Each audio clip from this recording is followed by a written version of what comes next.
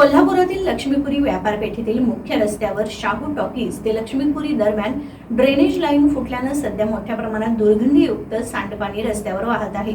या परिस्थितीमुळे या भागातील व्यापारी, भाजीपाला आणि फळ विक्रेते तसेच फरसाण व्यावसायिकांना मोठा त्रास सहन करावा लागत आहे। लक्ष्मीपुरी बाजारपेठेतील सांडपाण्यामुळे ग्राहकांची ये-जा कमी झाली असून व्यापाऱ्यांच्या व्यवसायावर त्याचा प्रतिकूल परिणाम झाला आहे। यामुळे त्यांना आर्थिकदृष्ट्या मोठा फटका बसत आहे। नागरिक आणि व्यापाऱ्यांकडून महानगरपालिकेविरोधात तीव्र नाराजी व्यक्त करण्यात येत असून सांडपाण्याचा निचरा त्वरित बंद करून रस्त्याची स्वच्छता करावी अशी जोरदार मागणी होत आहे। महानगरपालिकेत तातडीने लक्ष घालून हे दुर्गंधीयुक्त पाणी थांबवावं आणि परिसरातील स्वच्छता सुनिश्चित करावी अशी अपेक्षा स्थानिक नागरिक आणि व्यावसायिकांकडून होत आहे।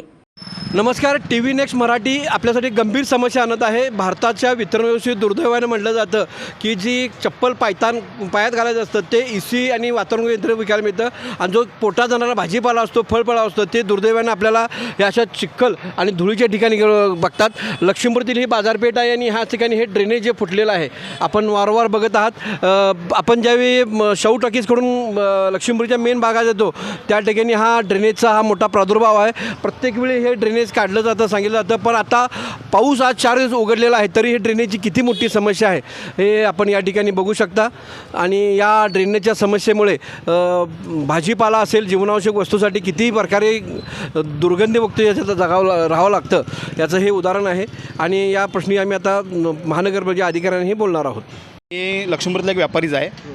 आमच्या इथं ड्रेनेज 8-10 दिवस झाले म्हणजे हे चोकअप झालं आहे, लिकेज लई प्रॉब्लेम चालू आहे। तर ते आम्हाला लई त्रास व्हावा लागला इथं म्हणजे ढासं हे ते आणि घाण वास तर एवढं त्याच्यामुळे गिराक पण येत नाही, म्हणजे अतिशय आम्हाला त्रास आहे त्याचा। आणि कोण प्रशासन वगैरे लक्ष पण कमी द्यायला लागले तरी करून गेलं होतं, डांबरीकरण झालं होतं, पण समस्या ती कायमच आहे।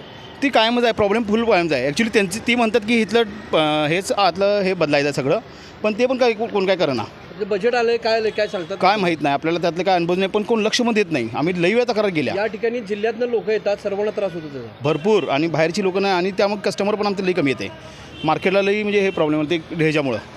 ठीक, ओके, थँक्यू, आभार।